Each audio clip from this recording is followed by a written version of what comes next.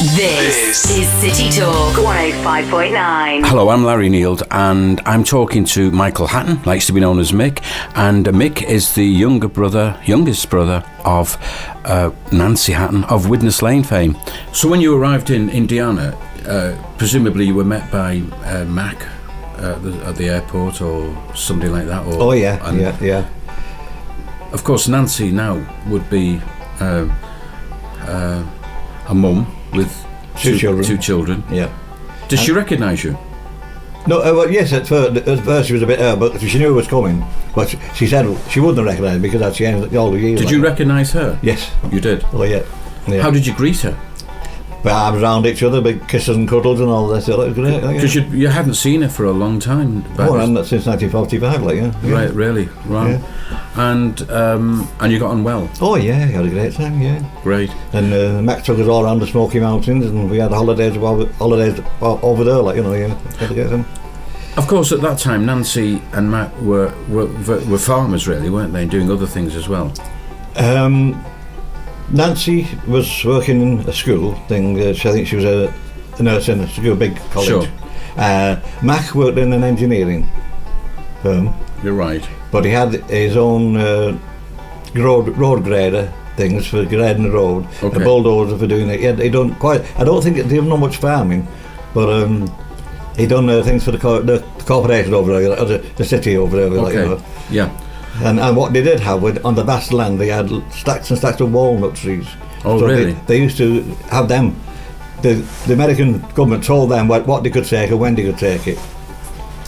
So they harvested their walnuts? Yes. Well, okay. But not the trees. Oh, the trees? Oh, yeah, trees as well, yeah. Oh, the walnuts meant the walnuts were the flaming menace. Oh, really? But what you used to do was get them all down in the husks and put them in the drive and drive it over with a car. And they burst all the husks and then you get lots of the... Okay, that's good. Kernel. And you went several times, but then in 1978, you decided, you and your wife decided you'd go and live there for a while. Yeah. Well, what happened was we were in touch all the while, and Mac got in touch, and he was on the phone to my wife, and apparently he said he was running the business amongst all other things. It was a total business, a trash business, Yes. And he said, "Why don't you come over?" And I think I explained to you before. When my wife makes her mind up, she made it up, and she said, "Hey, we're going to America to live." Really? So we did. So you went to America? Yeah. And did you live close to Nancy and Mac? We lived with them. We lived with them, yeah. Yeah. And that was. And you worked. I worked with for the family Mac. firm, is it right? Oh yeah. You're driving the trucks and that, everything. Yeah. How did you find that? It was very good, because I said driven it, but nearly had the vehicle in the army anyway, Okay. So, yeah. And did you? Did that last very long? Well, I'll say, to all the while I was there, I was doing all sorts of jobs, whatever you can, Yeah. But mainly, Margaret, my wife, done the business side of the motorway, and I had some of the organised of blokes and all that sort of thing, the drivers and that, And you stayed there for a while, living in America? That was it, yeah. It was all right. I was at the intention to get some property in Brown County and moving on, but I say, we came home to go to my eldest son's wedding. And when we landed at Manchester Airport, my wife said, "I'm not going back." Oh, really? And that was it. Maybe she was homesick. Sure, she was very, very homesick all the while, yeah. Well, your kids were still in England, of course, were they? What I say, there was well, Paul went over with us, the young one. Yeah. But he went back after a while, and that put it. When he went back, I knew Mag wouldn't stay then, Right. Okay. So then eventually you came back. Yeah, me and Mag came back. Well, I said we came back to December to go to Michael's wedding. And as we landed, Mike said, I was fully intending going back, but I'd have business and all sorts of Okay. And she just said, "I'm not going." As a matter of fact, I got in a big row because oh, really? I'd walked out of America and never told anybody, and they didn't like it. Oh, really? Crumbs. But I think because you probably intended to go back. Oh, yeah, I would, yes. I mean, the new life, In the course of their life in and around Morgan County and Martinsville, it seems that Nancy and Mac accumulated quite a lot of land. Oh, they were always buying land. And that's how Widnes Lane came to be. They set it out. Yeah.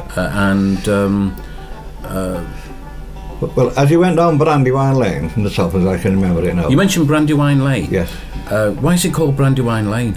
there was a ship in the Civil War called the Brandywine. So apparently, so that's what they tell me. Okay. And who made it, called it Brandywine Lane, I don't know. I should imagine it might have been Mac or Nancy, because when they moved there, it was all like scrubland. Yes. They was always buying land, you know. As a matter of fact, they went to work for somebody who owned some of that land, and she left it to them. Oh, really? That's what they tell me, like, you know. Yeah. And then they built it up and up and up. And as you went down Brandywine Lane, Nancy's was the first big estate. Oh, it was all theirs. Okay. But they had the housing, you had the big house and the swimming pool, and on the right-hand side. You went further down, there was Bridgewaters after that. They owned that was a little bugbear with Nancy and Mac. Frank Bridgewater owned the next property to them. And they wanted to buy him out, but he wouldn't do it. Okay. And then behind him, there's a Jacqueline. They had the big estate for Jacqueline. Oh, right. And at the very bottom of the lane, all the land there was Joel's, their son. Really? So they were all... Wow, big landowners. Oh, yeah. Well, to us, like, but not to America. No, no. Yeah. Probably like a back garden to them. Yeah. And of course, Nancy and Mac had 2 children. Yes. Jacqueline. Yeah. And they had a Joel. son. Joel. Yeah. Is he? What's he called? Do you call him Joel? Joel. Oh, yeah. And of course they're still alive. As far as I know. Yes. And do you have any contact with them? No. No, really. My son Michael does. Yeah. Yeah, he's just with Jacqueline, but it's on the internet and things like that, you know. Okay. Yeah. Are you tempted to go back?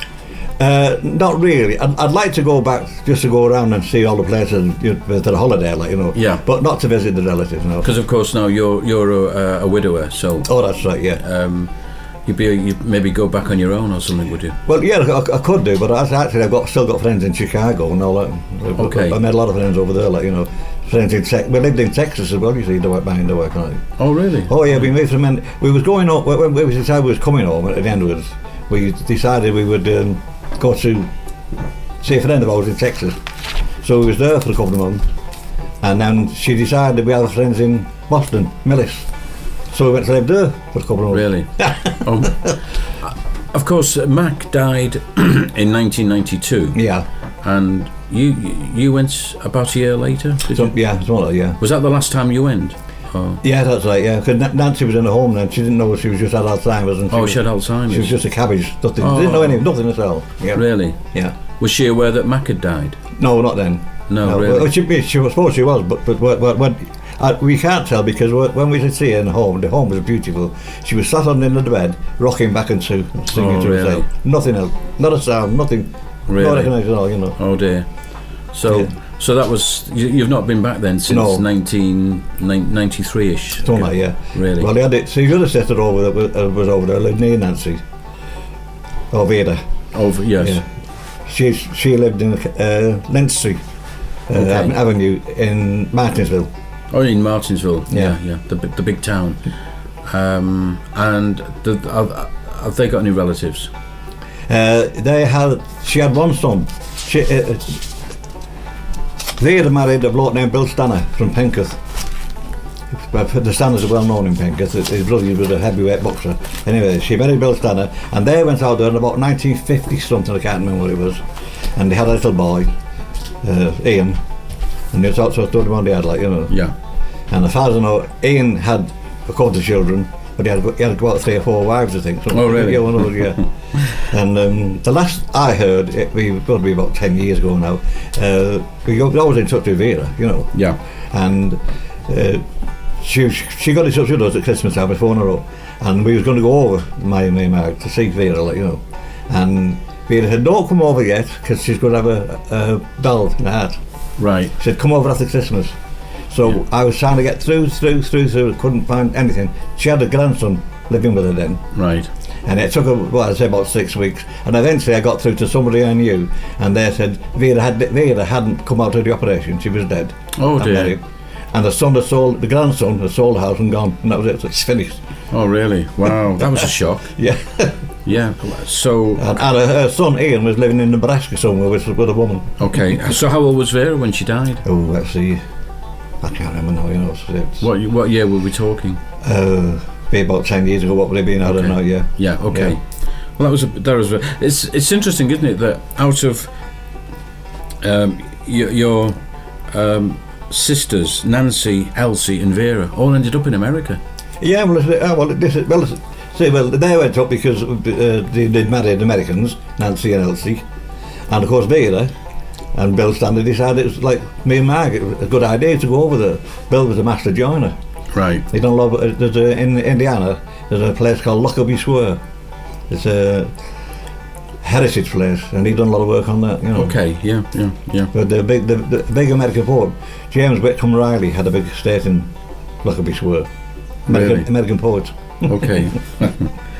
So, will you go again? You say you'd like to. Do you think you will? I would only go for a holiday. As a matter, there's a friend. I'll be seeing a friend on Thursday, Betty. She lives in Chicago, and she asked me to go over there. To visit them. Yeah, That's good. Yeah. And would you go down? Would you think you would go down to Indiana? Maybe. It all depends. Well, you've got a niece and nephew there. I'm not as likely a bit interested in. Really? No, I couldn't care less. Why not? Well, Jacqueline couldn't stand anybody who was English. Really? She was born in England. She hated the English. No. Oh, she did. Yeah, believe you me. Really? And she was born in England. And she teamed up with a bloke named Roy Bolton. Yeah. They're not married, as far as I know now. Okay. And she was always like alone. They were there alone, Okay. And Joel, of course, he was great. I think he was married 3 times. Yes. Was he? Well, I don't know. I think he was married 3 times, and he had his own child. I can't remember his name now. Think about his name. Shannon. Okay. And then he married a woman who I think had about 3 or 4 children. Okay. Right.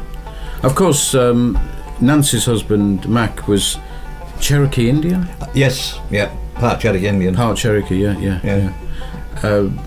That must have been intriguing, wasn't it? Well, it was, yeah, for us, because he told me all about the burial grounds and all. Oh, that. really? And he had the high cheekbones, and Yeah. Yeah. Did he practice? Did he have any Indian traditions himself, or no? No.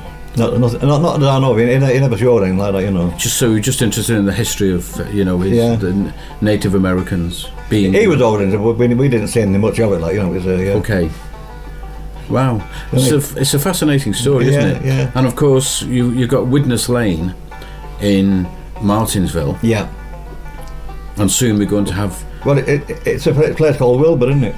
I don't know. Well, that's the district. Martinsville is the thing, and like here, where we are now is Ditton, yes. Widnes. Okay. That was Wilbur. Oh, I see. Because it's called the overall. It's called Morgan County, isn't it? Oh, in Morgan County, yeah. And that's split up into Martinsville. But Martinsville's like the town centre. That's right. It's a fairly big town. Yeah. About 30 miles from Indianapolis. Yeah. Okay. And Wilbur is where a district. The district. Of that, yeah. Okay. Where the fire station was. Oh, really? Yeah. Wilbur. Okay. I mean, when you look at Google Earth, it just looks like luscious greenery, really, around Widnes Lane. Well, it was. Yeah, they were saying it was just one part was like a big forest. Yes, yeah, it still is. Oh yeah, and all about apparently it is like. And outside, in the front of the house that Mac and Nancy had, mind all those houses over there were wooden, of course. Yes. So you were forever repairing, Right. But it's like a great big place. I think they all 6 bedrooms and all sorts, Yeah. And they had a valley in the front. Okay. And the Americans gave you so much money to dam the valley to save water. Okay. So I went over there on holiday and I was driving the bulldozer helping to dig this thing out. To make the dam. Yeah. And it's a holiday, isn't it's it? a great big lake now. Really? And I happened to stock it with fish while I was over there as well. Oh, wow. Yeah. Do you ever regret that you didn't stay there? Sometimes maybe, you don't know. Yeah. But you're back in Widnes, so well, it's place to be. But you go through all sorts, don't you? So when I was in the army, I signed on in the army because I was going to stay on forever. Right, okay. But then the Suez crisis came, so we had to get out. Like now to get the people out of Germany. Okay. But they're getting us out of the Middle East, so I came out of the army then. Like, no, should I have stayed in or shouldn't I? Okay. Choices. Choices, that's it, yeah.